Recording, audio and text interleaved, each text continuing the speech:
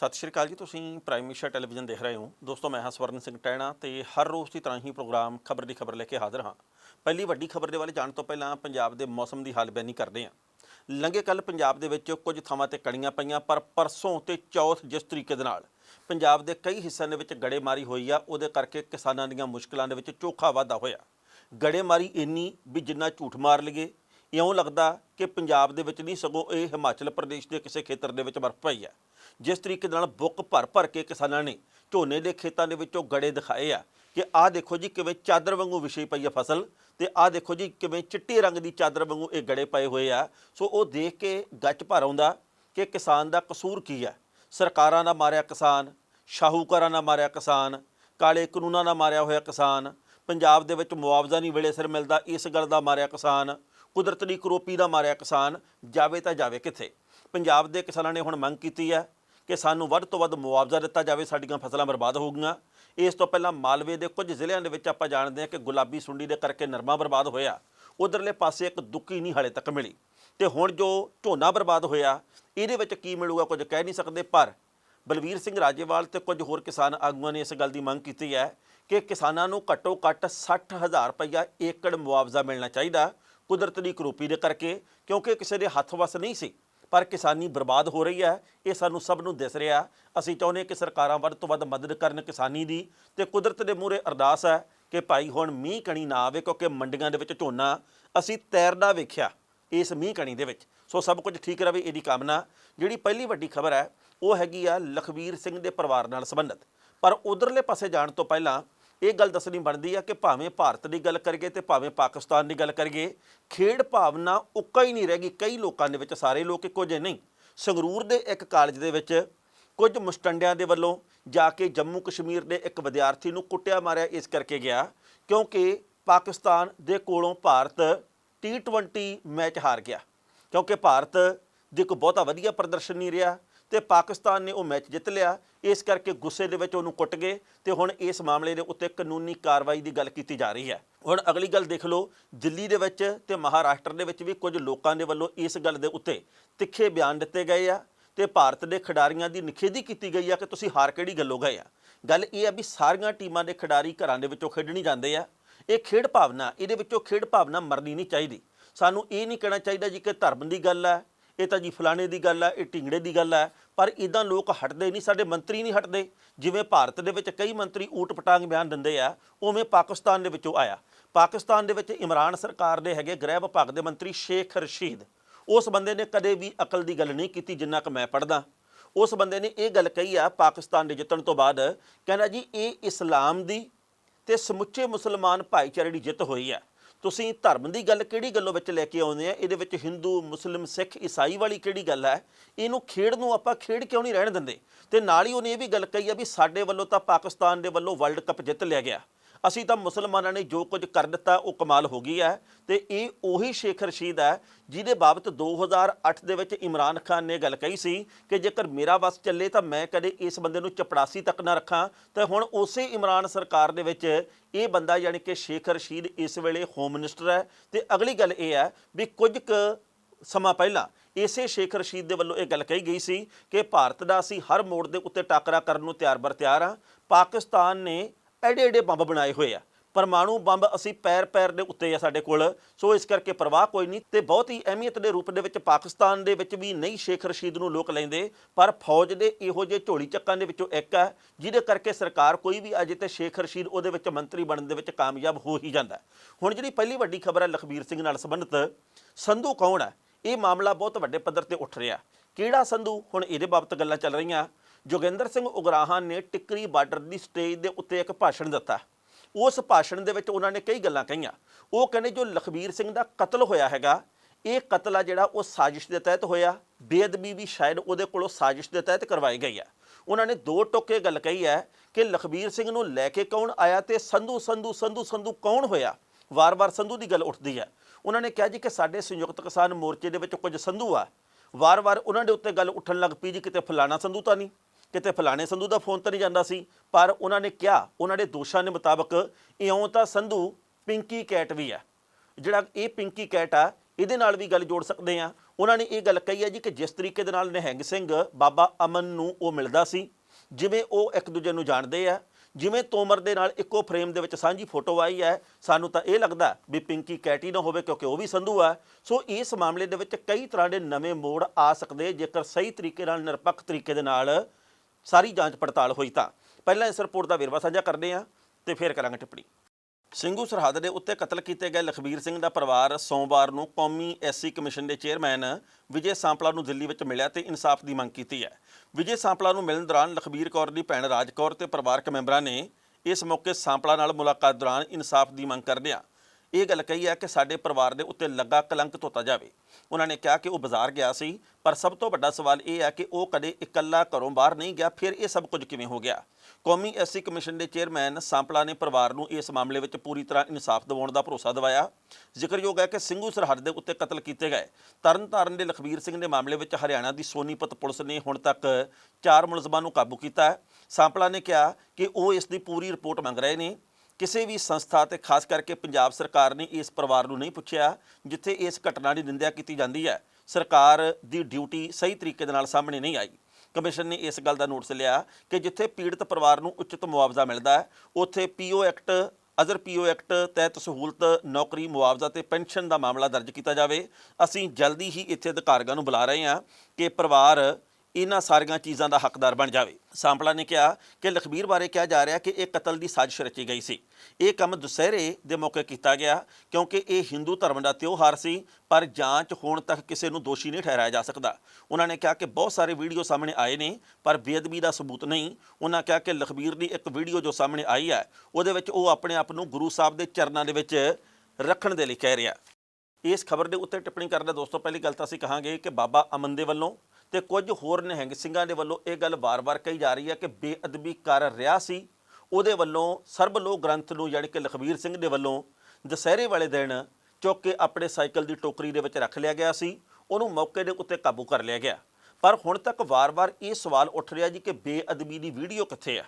ਵਾਰ-ਵਾਰ ਇਹ ਸਵਾਲ ਪਹਿਲਾਂ ਉੱਠਦਾ ਰਿਹਾ ਜੀ ਕਿ ਉਹ ਸ੍ਰੀ ਗੁਰੂ ਗ੍ਰੰਥ ਸਾਹਿਬ ਜੀ ਦਾ ਪਾਵਨ ਸਰੂਪ ਸੀ ਜਾਂ ਸਰਬ ਲੋਕ ਗ੍ਰੰਥ ਸੀ। ਸੋ ਇਸ ਮਾਮਲੇ ਦੇ ਉੱਤੇ ਸਭ ਦੇ ਆਪੋ ਆਪਣੇ ਵਿਚਾਰ ਆ, ਅਸੀਂ ਉਸ ਪ੍ਰਸੰਗ ਦੇ ਵਿੱਚ ਨਹੀਂ ਜਾਂਦੇ। ਪਰ ਜਿਸ ਤਰੀਕੇ ਦੇ ਨਾਲ ਹੁਣ ਪਰਿਵਾਰ ਦੇ ਵੱਲੋਂ ਮੰਗ ਕੀਤੀ ਜਾ ਰਹੀ ਹੈ ਕਿ ਸਾਨੂੰ ਇਨਸਾਫ ਦਿੱਤਾ ਜਾਵੇ, ਇਹਦੇ ਵਿੱਚ ਕੋਈ ਦੋ ਰਾਇ ਨਹੀਂ ਕਿ ਇਹ ਸਾਜ਼ਿਸ਼ ਦੇ ਤਹਿਤ ਕਤਲ ਹੋਇਆ ਜਾਪਦਾ।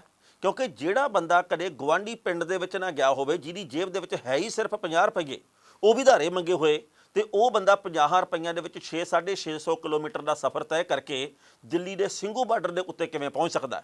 ਇਉਂ ਪ੍ਰਤੀਤ ਹੁੰਦਾ ਵੀ ਉਹਨੂੰ ਕੋਈ ਲੈ ਕੇ ਗਿਆ, ਉਹਨੂੰ ਸਾਰਾ ਕੁਝ ਸਿਖਾਇਆ ਗਿਆ, ਉਹਨੂੰ ਪੈਸੇ ਦਿੱਤੇ ਗਏ ਜਾਂ ਨਹੀਂ ਦਿੱਤੇ ਗਏ ਇਹਦੇ ਬਾਰੇ ਕੁਝ ਕਹਿ ਨਹੀਂ ਸਕਦੇ।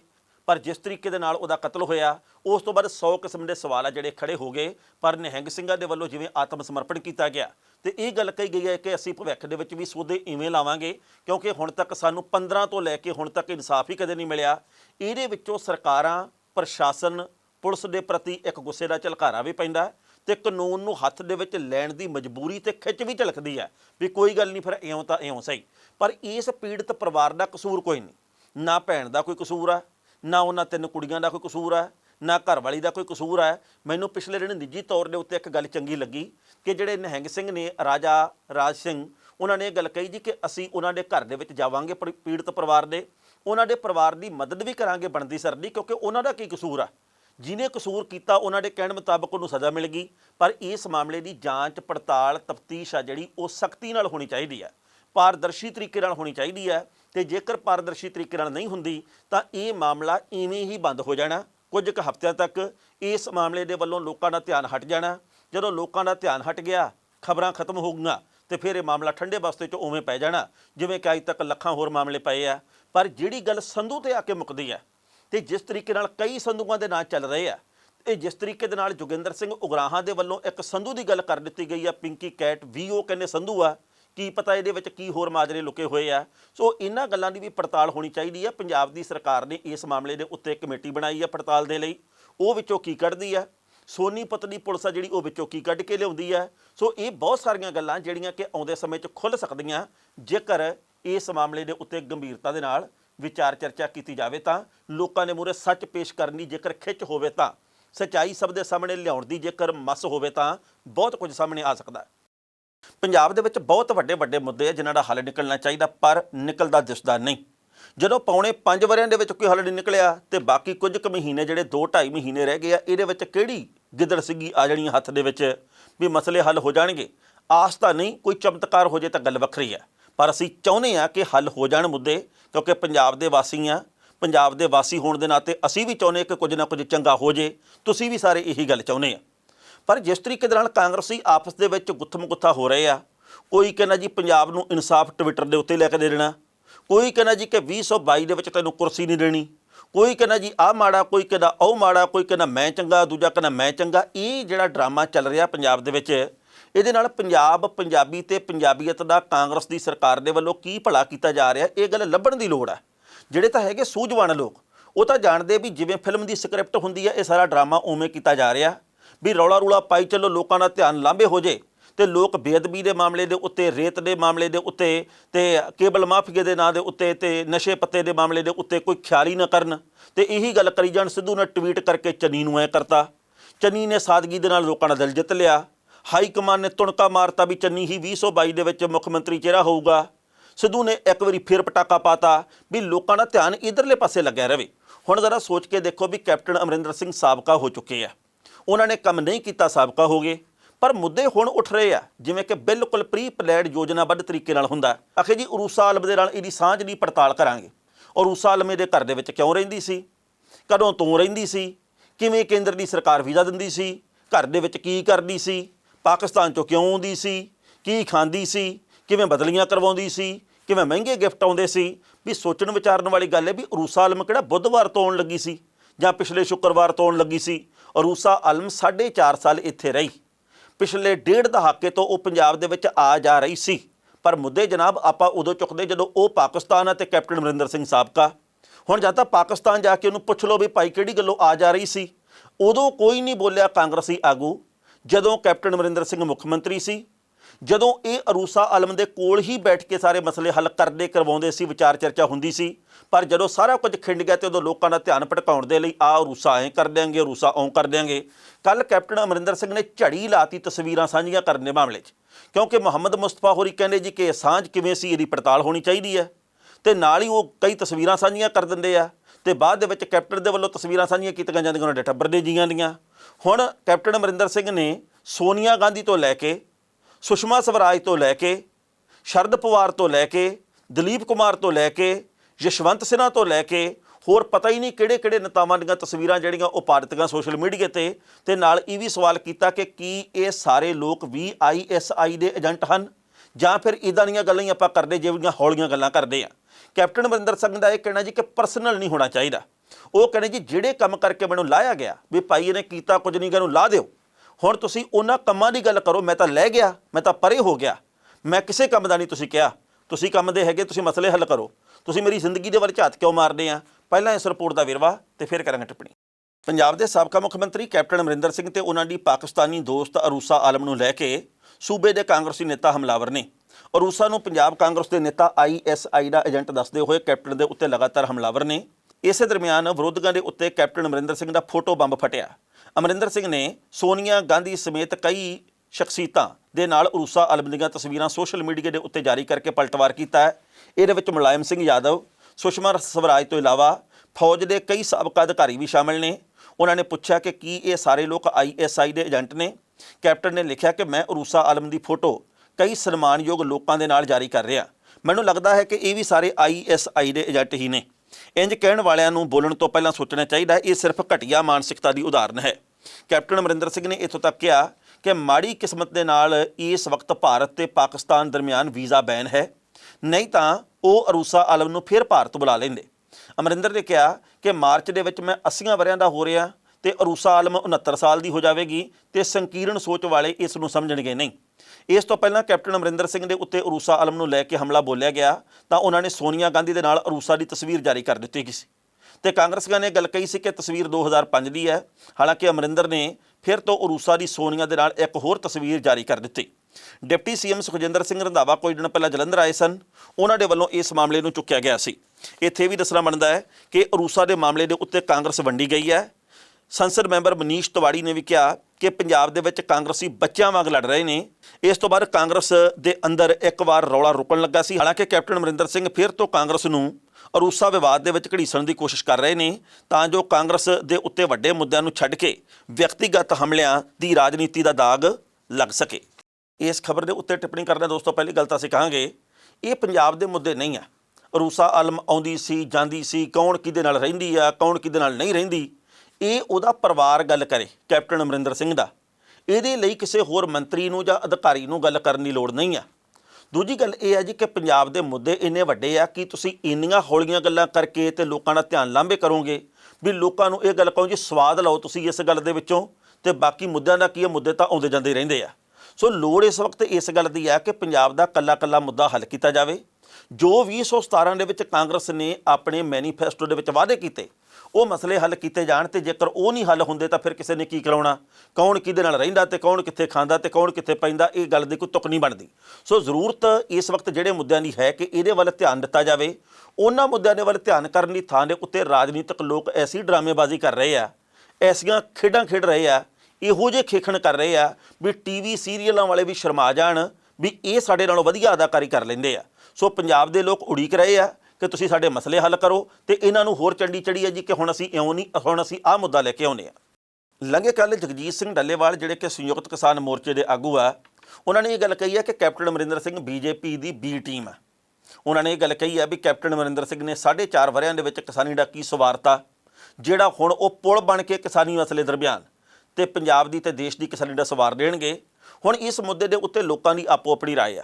ਕਈ ਲੋਕ ਇਹ ਗੱਲ ਕਹਿੰਦੇ ਜੀ ਕਿ ਜੇਕਰ ਕੈਪਟਨ ਅਮਰਿੰਦਰ ਸਿੰਘ ਦੇ ਰਾਹੀਂ ਹੀ ਮਸਲਾ ਹੱਲ ਹੋ ਜਾਵੇ ਤਾਂ ਕੋਈ ਮਾੜੀ ਗੱਲ ਨਹੀਂ, ਭਾਵੇਂ ਸੁਖਬੀਰ ਸਿੰਘ ਬਾਦਲ ਰਾਹੀਂ ਹੋ ਜੇ, ਭਾਵੇਂ ਕੇਜਰੀਵਾਲ ਰਾਹੀਂ ਹੋ ਜੇ, ਮਸਲਾ ਹੱਲ ਹੋਣਾ ਚਾਹੀਦਾ। ਵੋਟਾਂ ਪਾਉਣੀਆਂ ਨਹੀਂ ਪਾਉਣੀਆਂ, ਕਿਹਨੂੰ ਨਹੀਂ ਪਾਉਣੀਆਂ, ਇਹ ਬਾਅਦ ਦੀ ਗੱਲ ਹੈ, ਪਰ ਵਿਚਾਰ ਸਭ ਦੇ ਆਪੋ ਆਪਣੇ ਆ। ਲੰਘੇ ਕੱਲ੍ਹ ਬੇਹੱਦ ਦੁੱਖ ਹੋਇਆ, ਨਰਿੰਦਰ ਸਿੰਘ ਤੋਮਰ ਨੇ 2 ਟੁੱਕੇ ਗੱਲ ਕਹੀ ਆ ਵੀ ਕਿਸਾਨ ਅੰਦੋਲਨ ਖਿੰਡ ਰਿਹਾ। ਉਹ ਕਹਿੰਦੇ ਜੀ ਕਿ ਬਹੁ ਗਿਣਤੀ ਕਿਸਾਨ ਤੇ ਸੰਸਥਾਵਾਂ ਜਥੇਬੰਦੀਆਂ ਸਾਡੇ ਹੱਕ ਦੇ ਵਿੱਚ ਆ, ਖੇਤੀ ਕਾਨੂੰਨ ਦੇ ਹੱਕ ਦੇ ਵਿੱਚ ਆ। ਕੁਝ ਕੁ ਲੋਕ ਆ ਜਿਹੜੇ ਕਿ ਹਾਲੇ ਵੀ ਬੈਠੇ ਆ ਵੱਖਰੀ ਸੋਚ ਵਾਲੇ, ਉਹਨਾਂ ਦਾ ਇਹ ਕਹਿਣਾ ਜੀ ਕਿ ਹੌਲੀ ਹੌਲੀ ਸੰਯੁਕਤ ਕਿਸਾਨ ਮੋਰਚੇ ਦੇ ਨਾਲੋਂ ਜਾਂ ਇਸ ਕਿਸਾਨ ਅੰਦੋਲਨ ਦੇ ਨਾਲੋਂ ਬਹੁਤ ਸਾਰੀਆਂ ਜਥੇਬੰਦੀਆਂ ਟੁੱਟ ਗਈਆਂ, ਤੇ ਜਿਹੜੀਆਂ ਟੁੱਟ ਗਈਆਂ ਨਹੀਂ ਉਹ ਟੁੱਟ ਜਾਣਗੀਆਂ ਤੇ ਇਹ ਅੰਦੋਲਨ ਖਿੰਡ ਪੁੰਡ ਜਾਊਗਾ।